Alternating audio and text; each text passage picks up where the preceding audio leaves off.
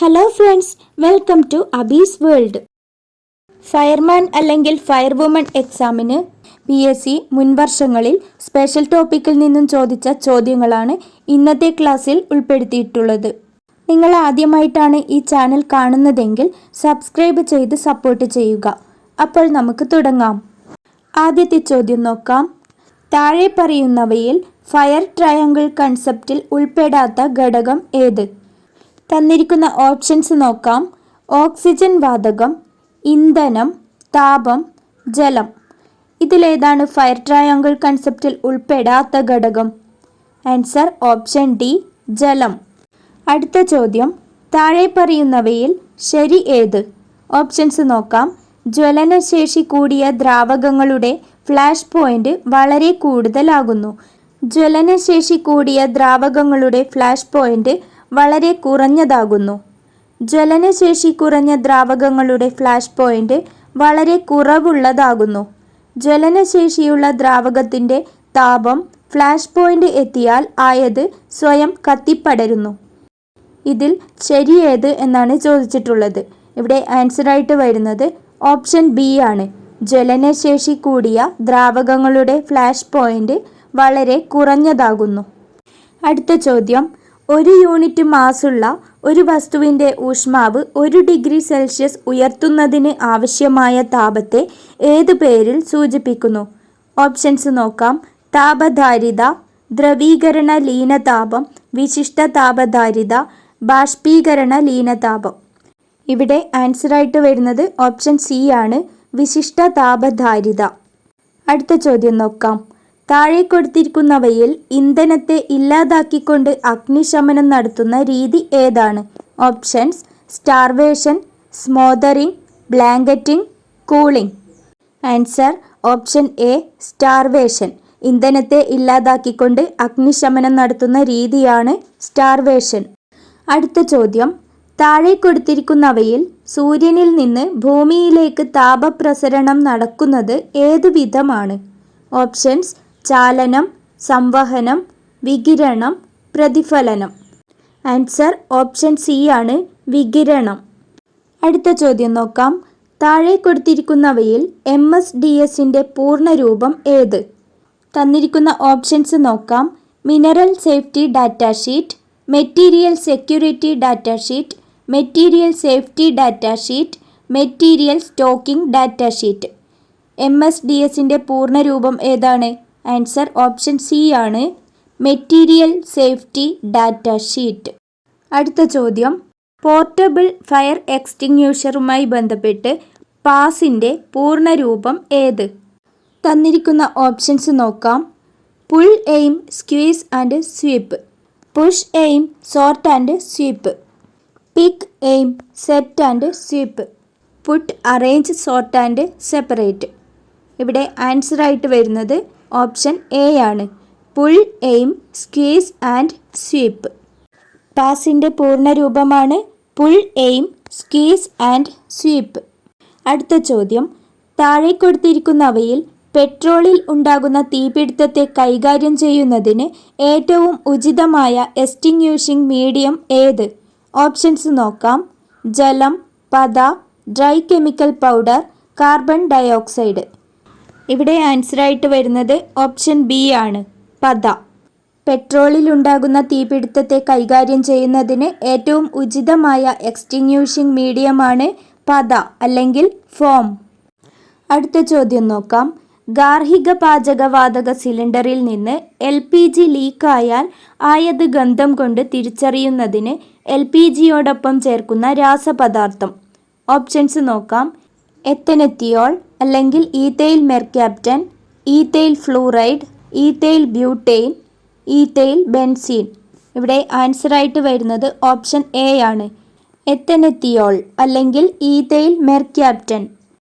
അടുത്ത ചോദ്യം നോക്കാം. താഴെ കൊടുത്തിരിക്കുന്നവയിൽ ഫസ്റ്റ് എയ്ഡുമായി ബന്ധപ്പെട്ടുള്ള CPRന്റെ ശരിയായ പൂർണ്ണരൂപം ഏത്? ഓപ്ഷൻസ് നോക്കാം. Cardio pulmonary rescue, correct pulse rate, cardio pulmonary resuscitation, cardio preliminary resuscitation. ഇവിടെ ആൻസറായിട്ട് വരുന്നത് ഓപ്ഷൻ സി ആണ്, കാർഡിയോ പൾമനറി റിസസിറ്റേഷൻ. അടുത്ത ചോദ്യം, താഴെ കൊടുത്തിരിക്കുന്നവയിൽ CPR നൽകുന്നതിൻ്റെ ഉദ്ദേശം ഏത്? ഓപ്ഷൻസ് നോക്കാം. ശരിയായ ശ്വാസോച്ഛ്വാസവും രക്തയോട്ടവും പുനഃസ്ഥാപിക്കുന്നതിന്, മുറിവിൽ നിന്ന് രക്തം വാർന്നു പോകുന്നത് തടയുന്നതിനു വേണ്ടി, തൊണ്ടയിൽ കുടുങ്ങിയ ആഹാരപദാർത്ഥങ്ങൾ നീക്കം ചെയ്യുന്നതിന്, പൊള്ളലേറ്റ ഭാഗത്തെ വേദന കുറയ്ക്കുന്നതിനു വേണ്ടി. CPR നൽകുന്നതിൻ്റെ ഉദ്ദേശം ഓപ്ഷൻ എ ആണ്. ശരിയായ ശ്വാസോച്ഛ്വാസവും രക്തയോട്ടവും പുനഃസ്ഥാപിക്കുന്നതിന്. അടുത്ത ചോദ്യം, താഴെ കൊടുത്തിരിക്കുന്നവയിൽ ഗ്രീൻ സ്റ്റിക്ക് ഫ്രാക്ചറുമായി ബന്ധപ്പെട്ട് ശരിയായിട്ടുള്ളത് ഏതാണ്? തന്നിരിക്കുന്ന ഓപ്ഷൻസ് നോക്കാം. ശരീരത്തിനുള്ളിൽ ഒരു അസ്ഥി പല കഷണങ്ങളായി ഒടിയുന്നത്. ശരീരത്തിനുള്ളിൽ ഒരു അസ്ഥി രണ്ടായി ഒടിയുകയും അതിൽ ഒരു ഭാഗം ശരീരകലകളെയും ത്വക്കിനെയും തുളച്ച് പുറത്തു വരുന്നു. ശരീരത്തിനുള്ളിൽ ഒരസ്ഥി രണ്ടായി ഒടിയുന്നത്. അസ്ഥിയുടെ ഒരു ഭാഗം ഒടിയുകയും മറ്റേ ഭാഗം വളഞ്ഞിരിക്കുകയും ചെയ്യുന്ന അവസ്ഥ. ഇവിടെ ആൻസർ ഓപ്ഷൻ ബി ആണ്. ശരീരത്തിനുള്ളിൽ ഒരു അസ്ഥി രണ്ടായി ഒടിയുകയും അതിൽ ഒരു ഭാഗം ശരീരകലകളെയും ത്വക്കിനെയും തുളച്ച് പുറത്തു വരുന്നു. അടുത്ത ചോദ്യം, താഴെ കൊടുത്തിരിക്കുന്നവയിൽ ഒരു വ്യക്തി ചോക്കിങ്ങിൻ്റെ ലക്ഷണമായി പ്രകടിപ്പിക്കുവാൻ സാധ്യത ഇല്ലാത്ത കാര്യം ഏത്? ഓപ്ഷൻസ് നോക്കാം. കൈകൾ തൊണ്ടയോട് ചേർത്ത് പിടിച്ചിരിക്കുക, അല്ലെങ്കിൽ തൊണ്ടഭാഗത്തേക്ക് കൈ ചൂണ്ടിക്കാണിക്കുക. ശ്വാസം എടുക്കുന്നതിനും സംസാരിക്കുന്നതിനും ബുദ്ധിമുട്ട് പ്രകടിപ്പിക്കുക. ത്വക്കിൻ്റെ നിറം ചാരം അല്ലെങ്കിൽ നീല നിറമാകുക. കൈകാലുകളിൽ നീർക്കെട്ട് പ്രകടമാകുക. ഇവിടെ ആൻസറായിട്ട് വരുന്നത് ഓപ്ഷൻ ഡി ആണ്. കൈകാലുകളിൽ നീർക്കെട്ട് പ്രകടമാകുക. അടുത്ത ചോദ്യം, താഴെ കൊടുത്തിരിക്കുന്നവയിൽ ശരിയല്ലാത്തത് ഏത്? തന്നിരിക്കുന്ന ഓപ്ഷൻസ് നോക്കാം. ശരീരത്തിൽ പൊള്ളലേറ്റതുമൂലം ഉണ്ടാകുന്ന കുമിളകൾ അടിയന്തിരമായി പൊട്ടിച്ചു കളയണം. ശരീരത്തിൽ പാമ്പുകടി ഏറ്റാൽ പാമ്പുകടി ഏറ്റ ഭാഗം സോപ്പും വെള്ളവും ഉപയോഗിച്ച് കഴുകേണ്ടതാണ്. മുറിവിൽ നിന്ന് രക്തസ്രാവമുള്ള പക്ഷം വൃത്തിയുള്ള ഒരു തുണി ഉപയോഗിച്ച് മുറിവുള്ള ഭാഗത്ത് അമർത്തി പിടിക്കേണ്ടതാണ്. അസ്ഥിഭംഗം സംഭവിച്ച ഭാഗത്ത് പലക പോലെ ബലമുള്ള വസ്തുക്കൾ ഉപയോഗിച്ച് ബലപ്പെടുത്തി പരിക്കേറ്റ ഭാഗം അനങ്ങുന്നില്ല എന്ന് ഉറപ്പുവരുത്തേണ്ടതാണ്. ഓപ്ഷൻ എ ആണ് ഇവിടെ ആൻസറായിട്ട് വരുന്നത്.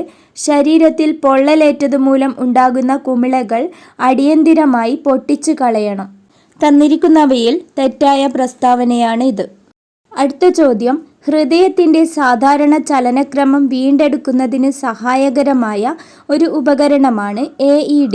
താഴെ കൊടുത്തിരിക്കുന്നവയിൽ ഇതിൻ്റെ ശരിയായ പൂർണ്ണരൂപം ഏത്? ഓപ്ഷൻസ് നോക്കാം.